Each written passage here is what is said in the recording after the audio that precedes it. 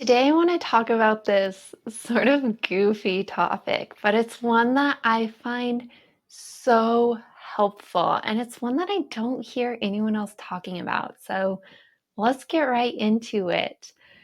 You know, training as a yoga teacher, there's this theme where people are providing different sorts of practices, and each practice kind of has its own tone, and different teachers are explaining different reasons why their particular practice is so helpful. And so maybe that looks like a vinyasa class where you're quickly moving through one pose after the next in sync with your breath. Or maybe it's a slower moving hatha class where you're holding poses for a while before moving into the next one. Or maybe it's what I tend to teach, which is a slow,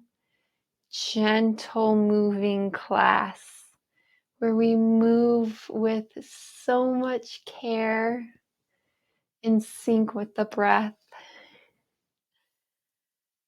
And what I'm getting at, maybe you picked up there a little bit, is that there's this different pacing and this different intensity that comes with different practices. And maybe you're not into yoga so much. Maybe you're honestly like me, who doesn't really prefer to spend my time moving and breathing on a plastic mat. Yes, I totally see the value in it. And yes, I see so much value in it that I teach it.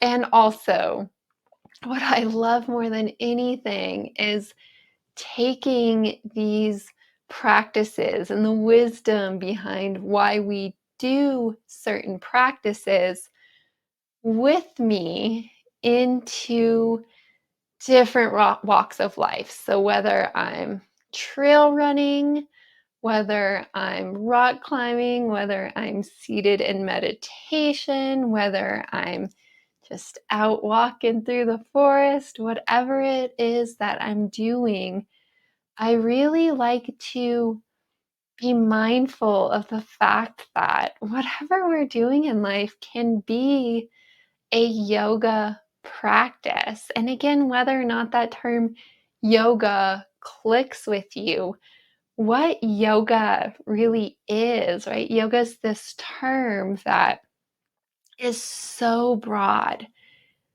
And yes, some people use it in very specific situations, but what it really is, at its core, just this call to reconnect, to deepen into connection with what is alive in the present moment.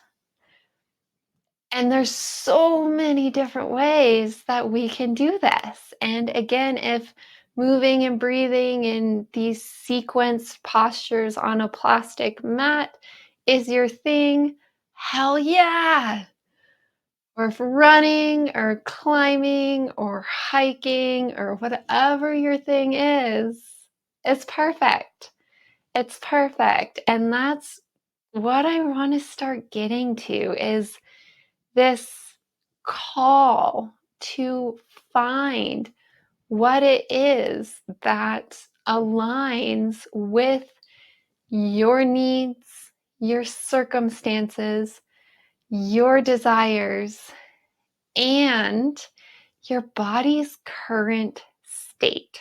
So, starting to unwind that last piece a little bit and pulling back in what I opened with. Again, any one practice, pick your traditional asana, yoga asana practice, or moving along a trail, or whatever practice it is that you find yourself in, there's this really interesting point that has to do with pacing and intensity.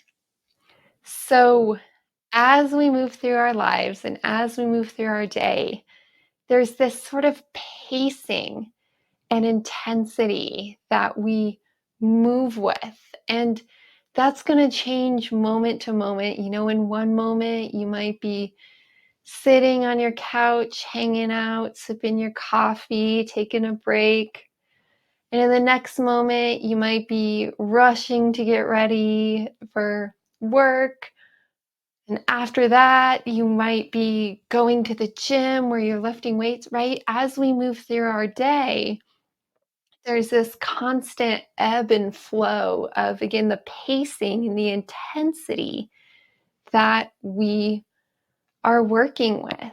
And being able to change that intensity, that pacing, to best be in the moment is, I think, one of the most important things that we can be aware of. And there's so many different places we could go with this, but where I really wanted to bring today's conversation is, when we think about why we enter a yoga practice, it's often one has to do with this idea of healing, right? Maybe you have mental, emotional, physical challenges you're working with, and they bring unpleasantness to your life, and maybe you want to heal those. There's also this more, call it achievement-oriented mindset where you're entering into something where you want to improve, you want to get better at it over time. And both of these are perfectly valid mindsets to hold.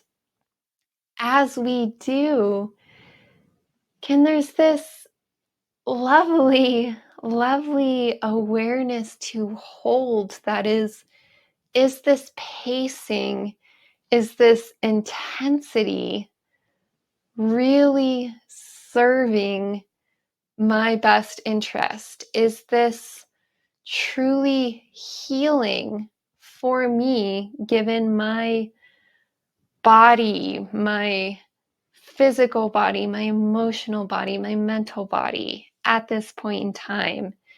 Is this pacing, this intensity really going to best serve the improvement, right? The enhanced ability for me to show up and do this practice?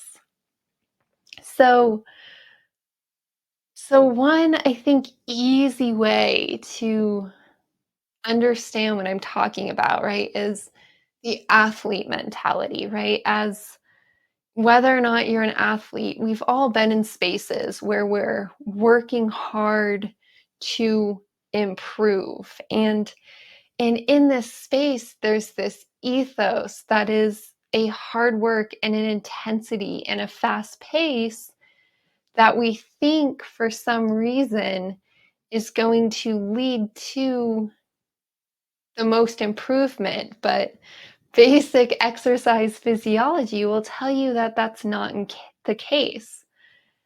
Yes, there are spaces where lifting as heavy as you can or sprinting as fast as you can is going to give you a certain benefit that can help contribute to the achievement that you're looking for.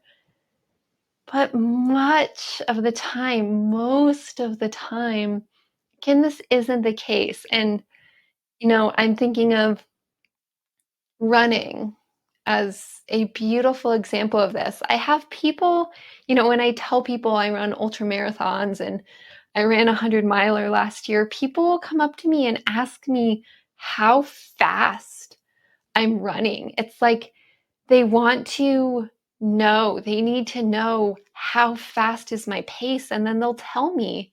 They'll tell me things like, "Oh, I'm running up this mountain at this pace," and it's like this the faster the pace, the better the experience, and it's like, "Wait, no. No, when I go out on a trail run, whether it's an hour, whether it's 5 hours, my pace is all over the place, and I am not gauging that pace at all whatsoever by any sort of external standard. I am basing it entirely on how I feel. And I've been doing this a while, so I know what it feels like to be running at a pace that I can hold for hours. I should say running at an intensity that I can hold for hours, knowing that pace is going to change. So in a moment I might be on flat ground and cruising along, and then a hill comes up and my pace is going to drop. And then I head downhill, and yeah, maybe my cardiovascular system is like, "Oh, I could run faster now." But the trail's now technical, so I know that I need to be moving slow enough so that I don't get injured. And what I'm getting at is there's all these different factors, internal and external, but it's only my internal awareness that can have the power to make decisions over what pace am I moving at. And we can apply this to a yoga mat, because you may enter a yoga studio that offers 5 different yoga classes, and the teachers might be telling you 5 reasons why the pacing and intensity of their class is beneficial. But if you walk into one and you're feeling too much stress, right? It's too much. You're either moving too fast or you're moving with too much intensity. That's more likely to lead to injury than it is to actually leading to improvement. So we see how, in this area of improving, right, this more achievement oriented mindset, there's this need to be so aware. Using this internal compass, what is actually alive in you? Is this too much? Or is this a level that is just right? And of course, we could go on and on with this conversation, because there are appropriate times where giving an all-out effort can be so beneficial. But when we do that time frame, right? You may go all out, but only for 10 seconds. And that's a whole conversation, a whole rabbit hole that we don't need to talk about today. What I want to actually talk about is now this other mindset, this other space we can enter into, that is this realm of healing. Again, healing, the word has so much stuff around it, but again, really, really bringing it into the context that is what happens when we have something, right? Some challenge, some physical, mental ailment that's bringing us maybe pain, maybe just some other experience of suffering, and we don't want it in our life anymore. So we want to heal whatever that thing is. So being in this context, oftentimes, from what I've seen, is the conversation becomes slowing down, decreasing the pace. So you see how there's this kind of like very oversimplified idea of like, if we want to improve, we need to up the pace, up the intensity. If we want to heal, we need to lower the pace, lower the intensity. And for myself, as someone who really entered yoga because I was dealing with crippling anxiety, I was dealing with panic attacks, I had injured my forearms so that I couldn't be out climbing anymore. And I wanted to be in a space where I could move slowly. I could be so gentle on myself. And what I found when I entered this sort of practice was actually very triggering for me. So I had moved away from rock climbing, which is intense because it was triggering. And I entered into a slow moving, gentle yoga practice, which was hard for me to do. It was so hard for me to tear myself away from climbing and get myself to the space. But I did because people had told me it was what I needed to do. And I got there. And it too was actively triggering. And it's at this point that I'm just like, what is going on? What am I supposed to do if the thing that's supposed to heal me is actually making what I'm dealing with so much worse?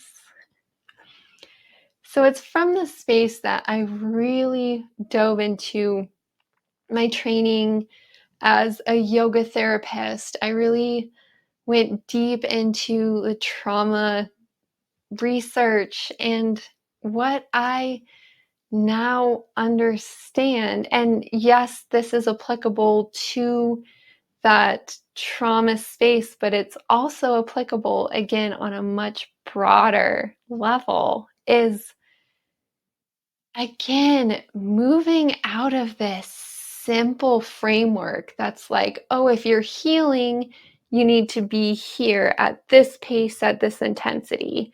If you're working on improvement, achievement, you're over here. No. Instead, what we get to do is understand ourselves, is understand our own selves at a level that is, what is the appropriate pacing for me? And you can do that yourself over time. So this is what I did. It was over time a lot of playing in different spaces, getting it wrong a lot of times. Again, getting triggered, really not ideal, but I did work through it and eventually get to this space. You can also work with a trained professional, someone like myself, a trained yoga therapist who can listen to you, get to understand you, and help better guide you towards practices that might be most appropriate for you. And what it has to do is meeting yourself where you're at. So when I was deep in this kind of trauma space, and crippled with anxiety, dealing with depression, dealing with panic attacks, slowing down at the level I did was too much for me. What I ended up doing, which is insane, and I'm never going to advocate this for anyone unless, I really, really know you and know your situation. It's at this time that I signed up for the 100-miler race, and I knew that if I could get myself out on the trails every single day, And if I had this insane goal that was, again, getting me outside, getting me on the trails as often as I needed to, well, I knew because I had experienced this, that trail running is incredibly grounding for me. Having my feet on dirt, rock, solid ground, right, as opposed to rock climbing, that was much less grounding. Trail running, I could be on solid ground, feel completely safe, completely held. I could put myself in beautiful spaces where I was deep in this beautiful connection with nature that I love and nurtures me so deeply. And I could be moving my body. And it's in these spaces that I went through some of the deepest healing that I needed to. And again, signing up for a 100-mile race so that you sort of get yourself in this routine of being out on the trails every single day, that's not going to be my recommendation for you. But it worked for me. It was the most deeply healing experience. The training part, not so much the actual running the 100-miler, which was not healing. It's something that I had to heal from over many months. Getting a little bit complicated in this conversation, but with it, I bring it in just because I want you to understand that we're all on our own ridiculous paths through life. And yes, we find these spaces where we want to get to work and improve and achieve, or we enter into spaces because we know we need to heal something. And when we do, other people are going to come into the picture and tell us reasons why what they think we should do is going to help us. And yes, we absolutely want to be open to guidance from others, especially those with the credentials to give that guidance. And also, we always, always, always need to be in tune with what is actually being experienced. So, for a long time, I would try to do yoga. This is prior to my experience with PTSD, back in what we might call a more normal time in my life. I would be in these battles with myself because I couldn't get myself through a yoga practice. I was deep in yoga philosophy. My bookshelves were lined with yogic texts, but I couldn't actually get myself through a yoga practice. And it infuriated me because I'd go to the rock climbing gym and I would be pushing myself through these long sessions. I'd be working these intense problems. And in another moment, I'd be out on the trails running for 3 hours or racing a half marathon. And I could find myself in these spaces where I could so easily, so readily get myself through these faster paced, more intense experiences. And when it came to yoga, something that, logically seemed simpler and easier to do, I couldn't. I could not get myself to do it. And I kid you not, I battled myself for years, year after year, trying to get myself to do a yoga class. And I'd go into my living room, I'd turn on Yoga with Adriene, and I'd roll out my yoga mat, and I'd do like 10 minutes of the practice. And then everything in me was coming up with reasons why I shouldn't be there. And yeah, we can have conversation about how I maybe could have, tweaked a few things to yes, get myself through a practice, even if it wasn't really ideal. But what I want to shift our attention to is maybe we don't have to. Like, if a yoga class is too slow for you and your teacher's telling you there's a benefit in that, but your body's screaming at you that you don't want to move that slow, like, maybe listen to it. Maybe find a faster paced class, and maybe that's actually going to be the best thing for you. Or maybe it is your tendency to go after the intense stuff. So you sign up for your level 2-3 vinyasa class and you're moving through it and it's fast paced and intense and you're like, yeah, this is great, but you're not actually getting that healing experience out of it that you're really searching for. So maybe you do need to go try out something a little different. Now, again, I always come back to that, like, we live in this time when we are so blessed. Like, yeah, like, God, there is so much in the world that is messed up right now. And yes, we have a lot to do to work through it.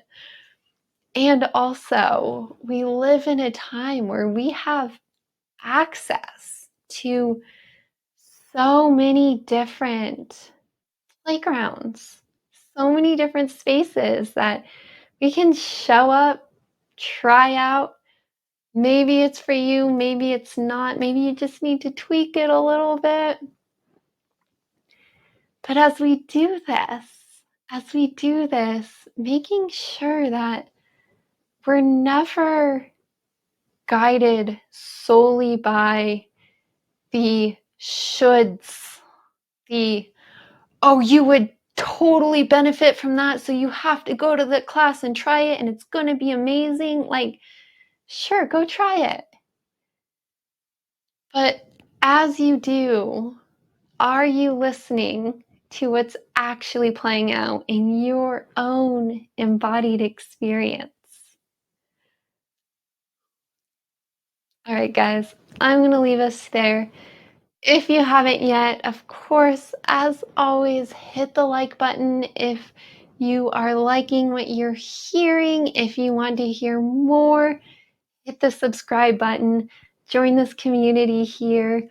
If you want to learn more about the different spaces I'm in, here on YouTube is just one space. I also have a Substack, a brand new podcast. I have some workshops and courses coming out, so upwardslopes.com is the best space to go to see all of that. Once again, I thank you so much for joining me here in this space, and whatever the next space is that we find ourselves in, I look forward to seeing you there.